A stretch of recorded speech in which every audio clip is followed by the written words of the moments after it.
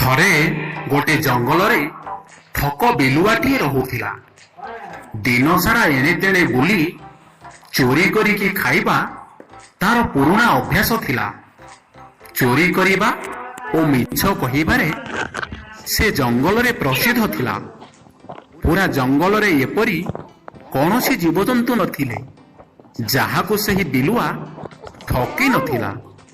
ପ୍ରତିଦିନ ପରି ଦିନେ ସେ ଖାଦ୍ୟ ଖୋଜିବାକୁ ବାହାରି ପଡ଼ିଲା ଆଉ ମନେ ମନେ ଭାବୁଥାଏ, ସବୁବେଳେ ଗୋଟିଏ ପ୍ରକାର ଖାଦ୍ୟ ଖାଇ ଖାଇ ମୁଁ ଥକି ଗଲାଣି। ଆଜି କିଛି ମିଠା ଖାଇବାକୁ ଇଚ୍ଛା ହେଉଛି। ଆଜି ମୁଁ ଆଖୁ ଖାଇବି।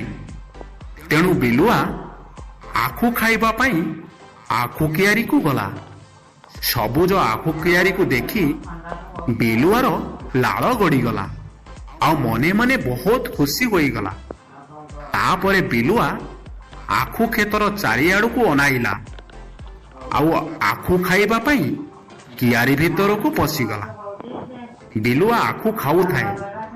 ଦୂରରେ ମଞ୍ଚା ଉପରେ ବସି କ୍ଷେତ ମାଲିକ ଦେଖିଲା ଯେ ଆଖୁ କିଆରୀ ମଝିରେ ଆଖୁ ଗଛ କାହିଁକି ହଲୁଛି। ତେଣୁ ସେ କିଆରୀ ଭିତରେ ପଶି ଦେଖେ ତ ବିଲୁଆଟେ ଆଖୁ ଖାଉଛି। କ୍ଷେତ ମାଲିକ ଏକଥା ଦେଖି ବହୁତ ରାଗିଗଲା ଆଉ ବିଲୁଆକୁ ଠେଙ୍ଗା ସାହାଯ୍ୟରେ ବାଡ଼ାଇବାକୁ ଲାଗିଲା। ଠେଙ୍ଗା ପାହାର ଖାଇ ବିଲୁଆ ଜୀବନ ବିକଳରେ ଜୀବନ ବଞ୍ଚାଇ ସେଠାରୁ ଗାଁ ଆଡ଼କୁ ଦୌଡ଼ିଲା। ବିଲୁଆ ପଳାଇ ଯିବାର ଦେଖି ବିଲ ମାଲିକ ତା ପଛରେ ଦୌଡ଼ିଲା। ବିଲୁଆ ଦୌଡ଼ି ଦୌଡ଼ି ଯାଇ ଗାଁ ମୁଣ୍ଡ ଧୋବା ଘର ନୀଳକୁଣ୍ଡରେ ପଡ଼ିଗଲା। ତେଣୁ କ୍ଷେତ ମାଲିକ ବିଲୁଆକୁ ନ ପାଇ ଫେରି ଆସିଲା।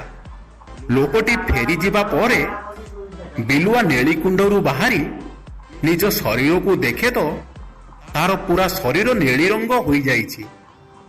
ବିଲୁଆ ଚିନ୍ତା କଲା, ଆରେ ମୁଁ ତ ଏବେ କ'ଣ କରିବି? ମୋର ଦେହ ସାରା ନେଳି ହୋଇଗଲା। ଠିକ୍ ସେତିକି ବେଳେ ତାର ମୁଣ୍ଡକୁ ଗୋଟିଏ ବୁଦ୍ଧି ଆସିଲା ଆଉ ମନେ ମନେ ଭାବିଲା, ଏବେ ମୁଁ ଏଇ ନେଳି ରଙ୍ଗ ସାହାଯ୍ୟରେ ସବୁ ଜୀବମାନଙ୍କୁ ଓଲୁ ବନେଇବି ଆଉ ସେମାନଙ୍କ ଉପରେ ଶାସନ କରିବି। ତେଣୁ ବିଲୁଆ ନୀଳକୁଣ୍ଡରୁ ବାହାରି ଜଙ୍ଗଲ ଭିତରକୁ ଚାଲିଲା। ଗୋଟିଏ ନୀଳ ରଙ୍ଗର ଅଜୀବ ପ୍ରକାର ପ୍ରାଣୀକୁ ଆସୁଥିବାର ଦେଖି ଜଙ୍ଗଲର ସବୁ ଜୀବଜନ୍ତୁ ଆଶ୍ଚର୍ଯ୍ୟ ହୋଇ ଭୟରେ ଥରିବାକୁ ଲାଗିଲେ ଆଉ ନିଜ ନିଜ ଭିତରେ କଥାବାର୍ତ୍ତା ହେଲେ, ଆରେ ଇଏ କେଉଁ ପ୍ରାଣୀ? ଆମେ ଆଗରୁ କେବେ ଏ ଜଙ୍ଗଲରେ ଦେଖିନାହିଁ। ସେହି ଜଙ୍ଗଲୀ ଜୀବମାନଙ୍କ ମଧ୍ୟରୁ ଗୋଟିଏ ମାଙ୍କଡ଼ ସାହସ କରି ବିଲୁଆକୁ ପଚାରିଲା, ହେ ନୀଳ ପ୍ରାଣୀ, ଆପଣ କେଉଁଠୁ ଆସିଲେ ଆଉ ଆପଣଙ୍କ ଦେହ ନେଳି କିପରି ହେଲା? ତାପରେ ବିଲୁଆ କହିଲା, ଆଜିଠୁ ମୁଁ ଏ ଜଙ୍ଗଲର ନୂଆ ରାଜା। ମୁଁ ଭଗବାନଙ୍କର ଜଣେ ପ୍ରିୟ ଦୂତ। ନୀଳ ଆକାଶରୁ ଆସିଛି, ସେଥିପାଇଁ ମୋର ରଙ୍ଗ ନୀଳ। ତୁମମାନଙ୍କର ମଙ୍ଗଳ ପାଇଁ ମୁଁ ଏ ଜଙ୍ଗଲକୁ ଆସିଛି। ଆଜିଠୁ ମୁଁ ତୁମମାନଙ୍କର ରକ୍ଷା କରିବି। ଠକ ବିଲୁଆର କଥାକୁ ସବୁ ଜଙ୍ଗଲୀ ଜୀବ ସତ ମାନିନେଲେ ଆଉ ସେବେଠାରୁ ତାକୁ ନିଜର ରାଜା କରି ସିଂହାସନରେ ବସାଇ ଦେଲେ।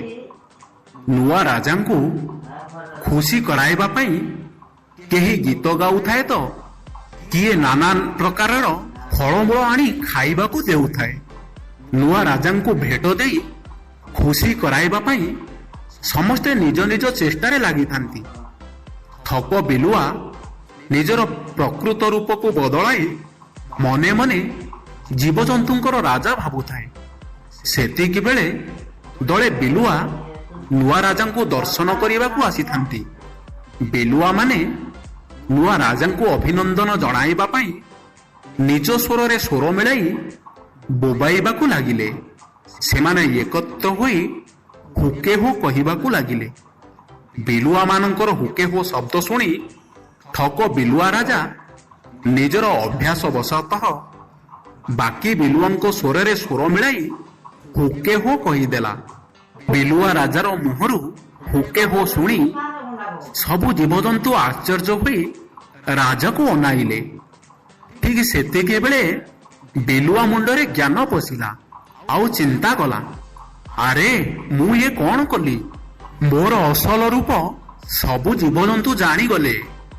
ଠକ ବେଲୁଆ ରାଜାର ଅସଲ ରୂପ ଜାଣିବା ପରେ ବାକି ଜୀବଜନ୍ତୁ ମାନେ ଏକଦମ ରାଗରେ ଡେଇଁ ପଡ଼ିଲେ ତା ଉପରକୁ। ଆଉ ବେଲୁଆକୁ ମାରି ମାରି ତାର ଅବସ୍ଥା ଖରାପ କରିଦେଲେ।